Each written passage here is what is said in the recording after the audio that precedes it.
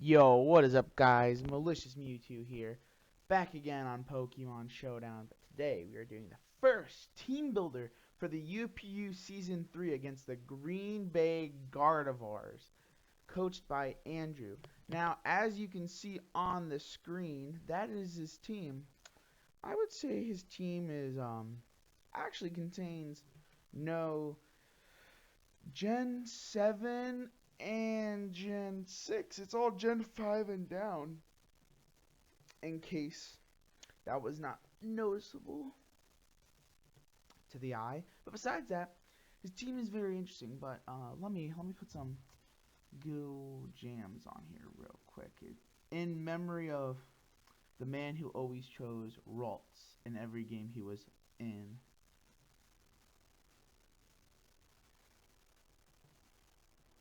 There we go. Cool. Well,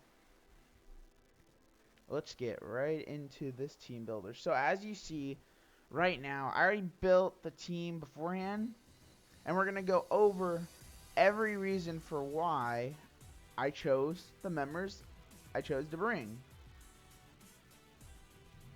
Oh, something I should mention in case you didn't know what my team was, because there is, in the description will be to my draft analysis, but on my whole team I have Weavile, Clefable, Porygon Z, Milotic, Delphox, Dodrio, Kricketune, Sandslash, Durant, Dusknoir, Dedenne, Mega Venusaur.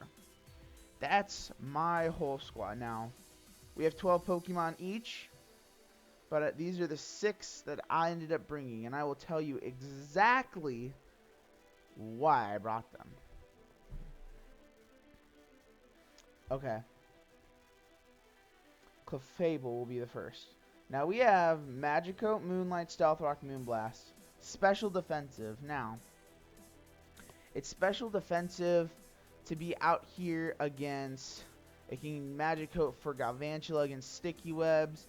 It has Latias in case Latias is maybe like a Stolier set with like Toxic. And even then a Moongus Spore, just because we can Spore and like Magic Coat it just to mess with it so it can't exactly land, or even Venusaur if we have to. It all depends. Venusaur is probably the most viable option, but it's like also there for that. And then like Stealth Rocks and Sudowoodo or anything really that I think they might try to throw something out.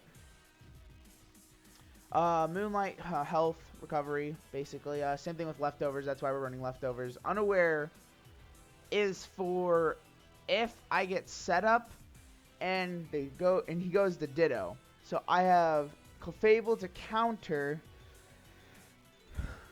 Clefable is there to counter any one of the Pokemon that he may be able to get stats off of from me. Or even if he stat boosts, really. Because Moonblast can do a chunk to everyone, probably. Definitely less to Amoonguss and Arcanine, but there's no real way to set up with those two. But yeah, and then we have Stealth Rocks just to lay that on the field. Other than that, that's about as much as Clefable will be. He'll be there to wall out most of his Pokemon that are special, for sure. Next is Venusaur. Now you look at this, and it looks a little off or like odd.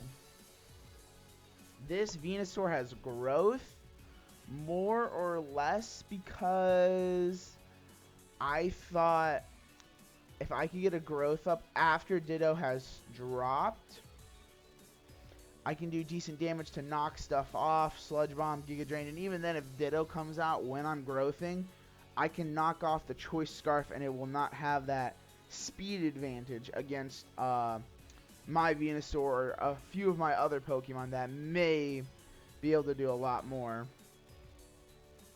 So, but yeah. So we have Giga Drain hits, the Crocodile, it hits, Mega Blastoise. I mean, it's also there for health recovery because once you get a growth up, you're getting a lot more out of it. Knockoff is there just to knock off any item generally.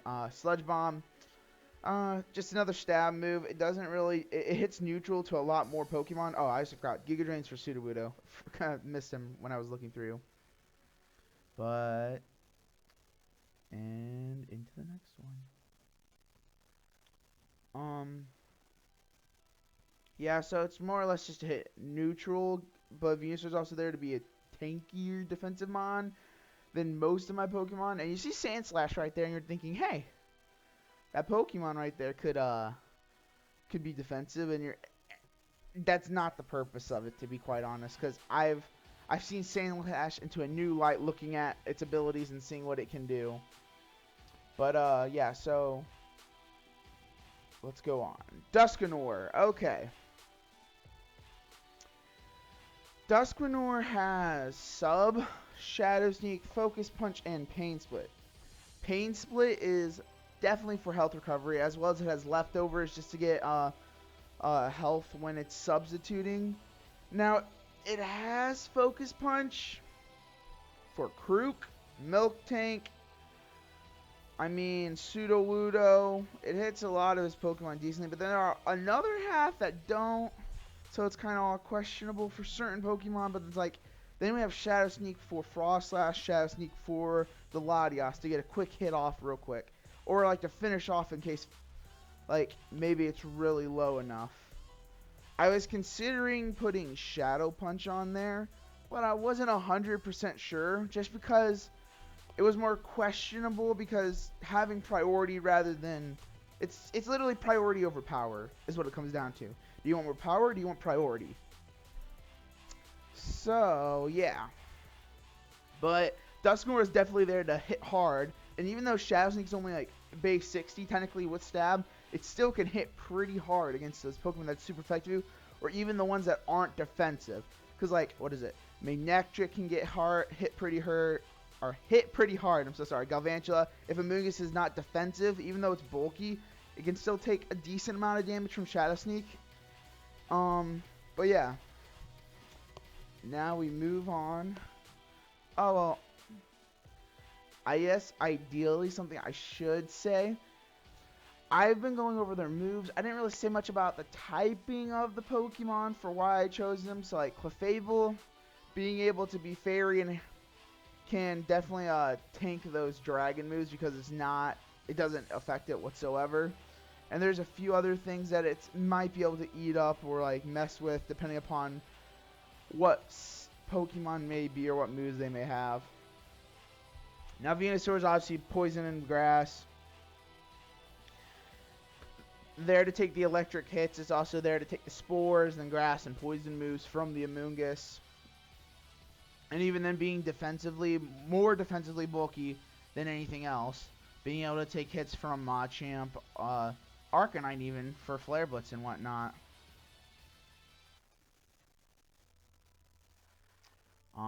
But yeah. And then Dusknoir there for fighting and normal moves, just in case anything comes out like that. So like Milk Tank. But even though Milk Tank does have Scrappy, it all depends on if they're going to be running Sap Sipper for Sleep Powder. Now, almost probably my favorite Pokemon right now, because I really like Sandslash, but Sandrush, Smooth Rock Sandstorm. Now you're looking at this and you're probably thinking, what the heck is he on? I'm not on anything. It's the fact that I'm able to get a lot of speed and also chip damage with Sandstorm. So I can Earthquake, I can Rock Slide for like certain Pokemon. Rock Slide to hit Latias if I can't hit Earthquake. Like I was really thinking if I should run Knockoff instead, but Rock Slide definitely hurts the Galvantula and has a chance to flinch. But I mean, I'm not going to outspeed unless it like attacks straight away first turn, rather than goes for Sticky Webs. But yeah, so we can hit definitely a lot of Pokemon hard. I probably should have been. I went the more speed variant in case Choice Scarfs, but because I didn't calc it necessarily to what a base 65 max speed mon without Jolly can outspeed for Choice Scarf, but it's just so I have that there and can work with it. Now it also has Rapid Spin to get rid of like Sticky Webs, Stealth Rock. So like if he does Sticky Web first turn, we get Sandstorm up, we kill Galvantula, we can Rapid Spin the next turn.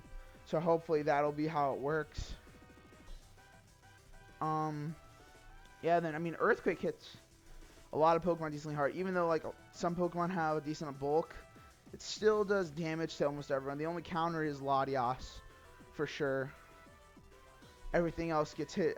Neutral, I do believe. And then it hits Magnetric, super effective.